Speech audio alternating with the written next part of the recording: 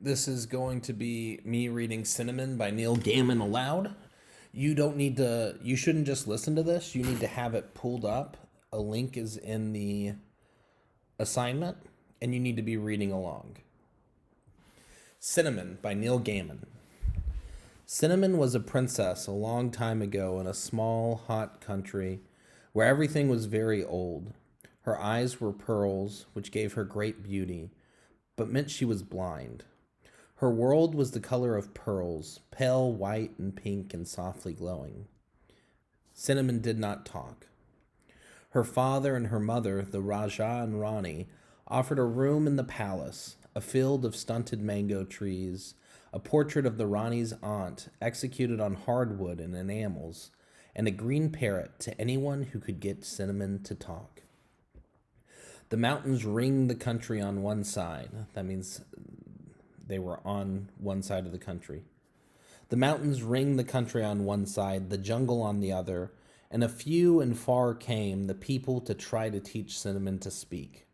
But come they did, and they stayed in the room in the palace, and cultivated the field of mango trees, and fed the parrot, and admired the portrait of the Rani's aunt, who was quite a celebrated beauty in her day, although she was now old and crabbed and pinched with age and disappointment. And eventually they went away, frustrated and cursing the silent little girl. One day, a tiger came to the palace. He was huge and fierce, a nightmare in black and orange, and he moved like a god through the world, which is how tigers move. The people were afraid. "There is nothing to be frightened of," said the Rajah. "Very few tigers are man-eaters." "But I am," said the tiger. The people were much amazed at this, although it did nothing whatsoever to quell their fear. "You might be lying," said the Rajah. "I might be," said the tiger, "but I'm not. Now, I'm here to teach the girl cub to talk." The Rajah consulted with the Rani, and despite the urgings of the Rani's aunt, who was of the opinion that the tiger should be driven out of the city with brooms and sharp sticks, the tiger was shown to the room in the palace and given the enamel painting and the deeds to the mango field, and he also would have been given the parrot had it not squawked and flown to the rafters, where it stayed and refused to come down. Cinnamon was shown into the tiger's room. "There was a young lady from Riga," squawked the parrot from high in the rafters, "who went for a ride on the tiger. They came back from the ride with the lady inside and a smile on the face of the tiger."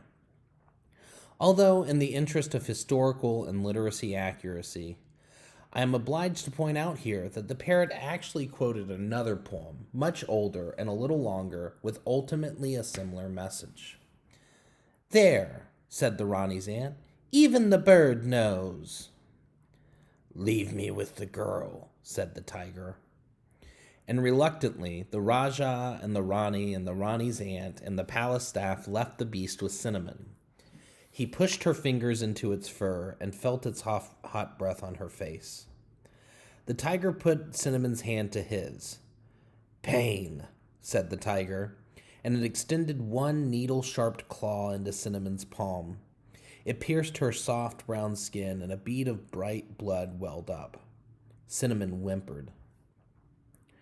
"Fear," said the tiger, and it began to roar, starting so quietly you could scarcely hear it, working its way up to a purr, then a quiet roar like a distant volcano, then to a roar so loud that the palace walls shook. Cinnamon trembled. "Love," said the tiger, and with its rough red tongue it licked the blood from Cinnamon's palm and licked her soft brown face. "Love?" whispered Cinnamon, in a voice wild and dark from disuse. And the tiger opened its mouth and grinned like a hungry god, which is how tigers grin. The moon was full that night.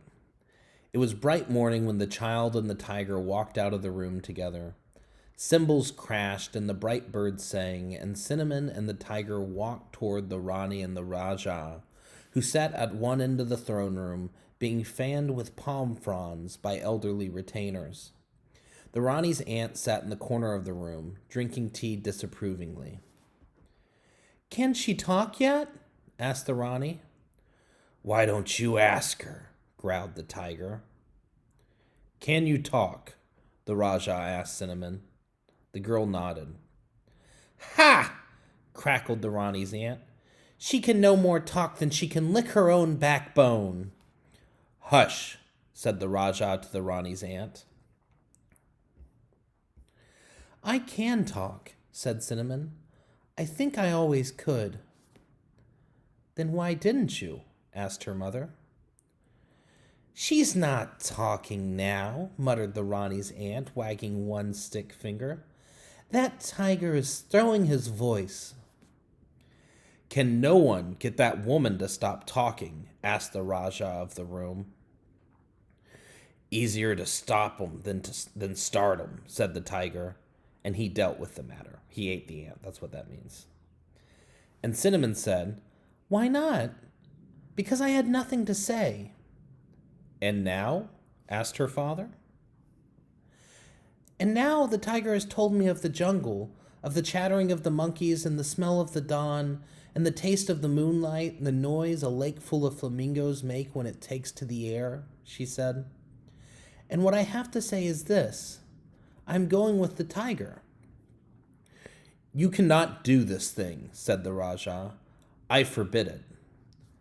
"It is difficult," said Cinnamon, "to forbid a tiger anything at once."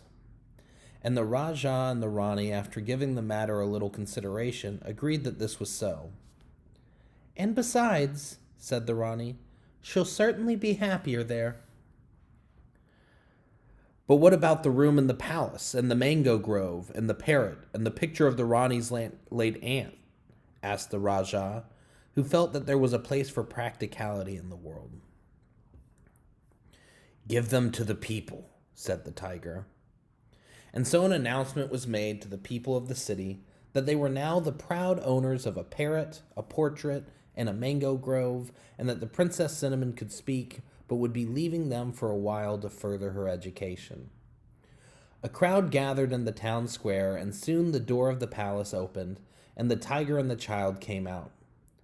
The tiger walked slowly through the crowd with the little girl on his back, holding tightly to his fur, and soon both were swallowed by the jungle, which is how a tiger leaves.